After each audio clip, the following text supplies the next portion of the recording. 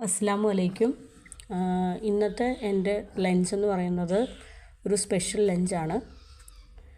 എൻ്റെ സ്പെഷ്യൽ ലഞ്ചാണ് ഇന്ന്.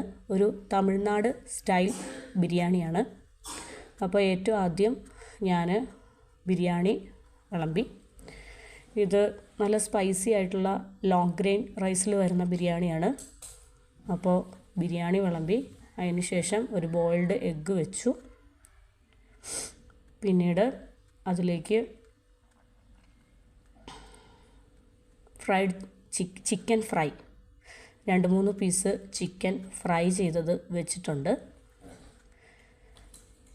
പിന്നീട് അതിലേക്ക് നല്ല ടേസ്റ്റി ആയിട്ടുള്ള കത്രിക്ക കറി.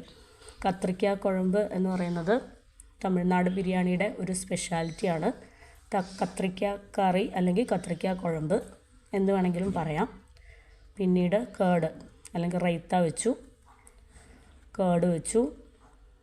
ഈ റൈസിൻ്റെ ഒപ്പം ഈ കത്രിക്ക കറിയും കേർഡും ഒക്കെ കൂട്ടി ഒരുമിച്ച് ചേർത്ത് കഴിക്കുമ്പോഴാണ് ഈ തമിഴ്നാട് സ്റ്റൈൽ ബിരിയാണിയുടെ special taste.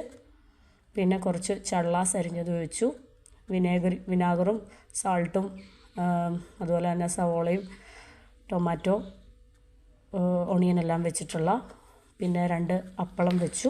Tamil Nadu style biryani ആയതുകൊണ്ട് തന്നെ അപ്പളം അതാണല്ലോ അവിടുത്തെ സ്പെഷ്യൽ.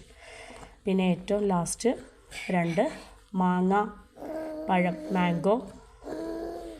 മാംഗോയുടെ 2-3 പീസ് വെച്ചിട്ടുണ്ട്. കാരണം അവരുടെ ഒരു സ്പെഷ്യാലിറ്റി, അവരുടെ ഒരു കൾച്ചറിൻ്റെ ഭാഗമാണ്.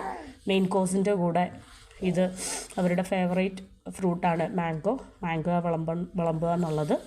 അപ്പോൾ